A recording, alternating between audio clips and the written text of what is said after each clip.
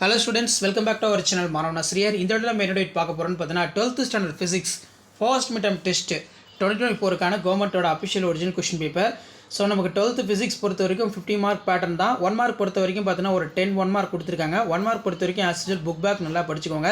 So கவர்மெண்டோட official original question paper last minute வந்து பார்த்தீங்கன்னா 12th ஸ்டாண்டர்ட் ஸ்டூடெண்ட்ஸ் உங்களுடைய ஃபர்ஸ்ட் மிட்டம் டெஸ்ட்டுக்கு ப்ரிப்பேர் ஆகிறதுக்கு கண்டிப்பாக இந்த கவர்மெண்டோட அஃபிஷியல் ஒரிஜினல் கொஸ்டின் பேப்பர் ரொம்ப யூஸ்ஃபுல்லாக இருக்கும். 6x2 இதில் பார்த்தீங்கன்னா மின்புல செறிவு வரையிற இதில் மெயினாக பார்த்தீங்கன்னா இரு மின்புல கோடுகள் ஒன்றை ஒன்று வெட்டி கொள்வது ஏன், அதுக்கு கீழே வந்து பார்த்தீங்கன்னா மின் இருமுனை மற்றும் மின் இருமுனைகளின் திருப்புத்திறன் வரையிற, மின்னோட்ட அடர்த்தி வரையிற, மின் சுற்றில் திறனுக்கான பல்வேறு சமன்பாடுகளை எழுதுக, மின்னழுத்தமானி தத்துவத்தை கூறு. நெக்ஸ்ட் வந்து 6x3 18 இதில் பார்த்தீங்கன்னா ஒரு கூலும் விசைக்கும் புவியீர்ப்பு விசைக்கும் இடையே உள்ள வேறுபாடுகளை கூறுக, புள்ளி மின்துகள்கள் ஒன்றினால் ஏற்படும் மின்னத்திற்கான கோவையினை பெறுக.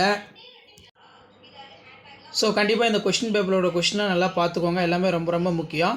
இதில் மெயினாக வந்து பார்த்தோன்னா ஏதேனும் 6 வினாக்களுக்கு விடையளி, வினாயின் 28 கட்டாயமாக விடையளிக்கணும். கூலும் விசைக்கும் புவியீர்ப்பு விசைக்கும் இடையே உள்ள வேறுபாடு நல்லா பார்த்துக்கோங்க. நெக்ஸ்ட்டு சீபக் விளைவின் பயன்பாடுகள் யாவை, கிளிட்சப் விதியினை கூறுக, மின்னழுத்தமானியினை பயன்படுத்தி இரு மின்கலன்களின் மின்னியக்கு விசை எவ்வாறு ஒப்பிடப்படுகிறது, இதெல்லாம் ரொம்ப முக்கியமான வினா. ஸோ அது கீழே வந்து பார்த்தோன்னா நமக்கு 2x5 5 மார்க் கொஸ்டின். இணைத்தட்டு மின்தேக்கியில் காப்பு வைக்கப்படுவதால் ஏற்படும் விளைவை விவரி, மின்காலம் நீட்டிக்கப்பட்டவுடன், அல்லது மின்னோட்டத்தின் நுண்மாதிரி கொள்கையினை விவரி, அதிலிருந்து ஓம் விதியின் நுண்வடிவத்தை கூறு, வீன்ஸ்டன் சமண சுற்று சமன் செய்யும் நிலைக்கான நிபந்தனைகள், கிர்ச்சாப்பின் விதியினை பயன்படுத்தி பெறுக. அடுத்து பார்த்தோன்னா காஸ் விதியினை கூறுக, அதனை பயன்படுத்தி மின்னோட்டம் பெற்ற முடிவில்லா நீளமுள்ள கம்பினால் ஏற்படும் காந்தப்புலத்திற்கான சமன்பாட்டை பெறுக. ஸோ கண்டிப்பாக இந்த கொஸ்டின் பேப்பரோட கொஸ்டினை நல்லா படிச்சுக்கோங்க. இதான் 12th ஸ்டாண்டர்ட் ஃபிசிக்ஸ் தமிழ் மீடியத்துக்கான கவர்மெண்ட்டோட official original first midterm test question paper.